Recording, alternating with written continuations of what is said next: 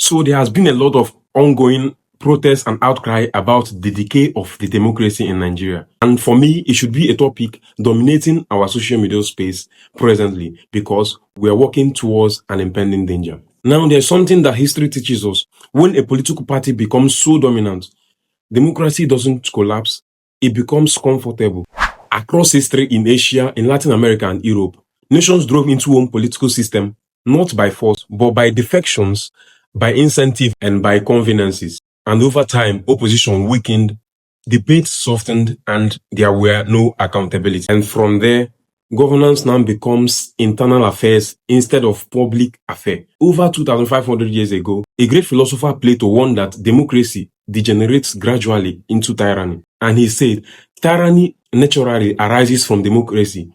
And the most aggravated form of tyranny is the one that arises out of extreme liberty. This simply means that too much freedom invites a savior who turns himself a master. And also Aristotle says, and when power serves only the ruler and not the subject, democracy dies gradually. These men never knew Nigeria, but they knew human nature. And history there shows something very terrifying. Look at Ghana in 1964. Kwame Nkrumah turned a multi-party democracy into a one-party state. What happened? Oppositions vanished, and soon after, the economy collapsed. Then came a coup. In Venezuela, Chavez won elections, then he weakened the courts, silenced critics, controlled the system. Today, what happened? Hyperinflation.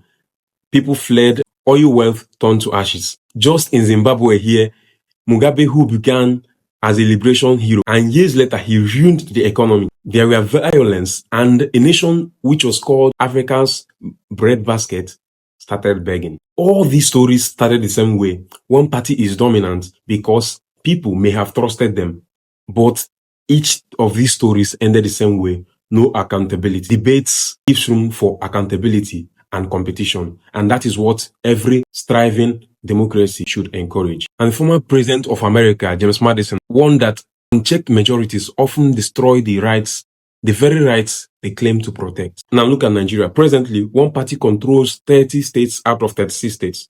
Governors are crossing over and opposition shrinking. And we have been told this is confidence in leadership. Maybe, but here is the real question. If everybody is on the same side, who is left to question authority? Who challenges bad policies? And who protects the minority? When one party dominates, accountability weakens. Corruptions grow quietly. Agencies become selective. Then elections feel pointless.